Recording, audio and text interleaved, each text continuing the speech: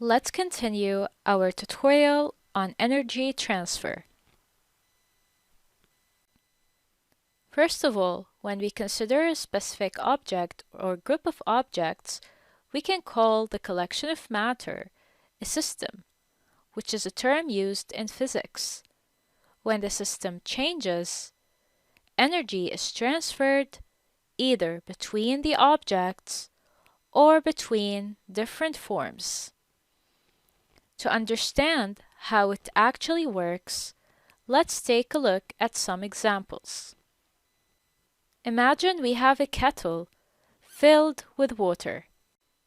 When we turn it on, electrical energy flows to the heating element of the kettle, whereby it transfers electricity to the thermal energy store of the kettle's heating element, which basically means the flow of electricity warms the metal heating element.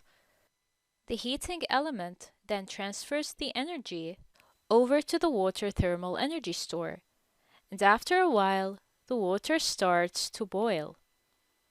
Recall that electrical energy is a type of energy caused by moving electric charges, and the thermal energy is the heat energy trapped within an object and is related to its temperature.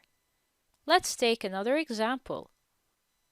When an object falls freely, it speeds up as it falls.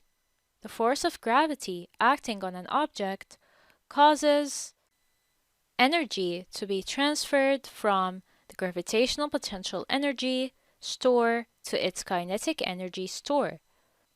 Recall that gravitational potential energy is used to describe the energy stored in an object because of its position, and the kinetic energy is the energy which is associated with the motion of an object.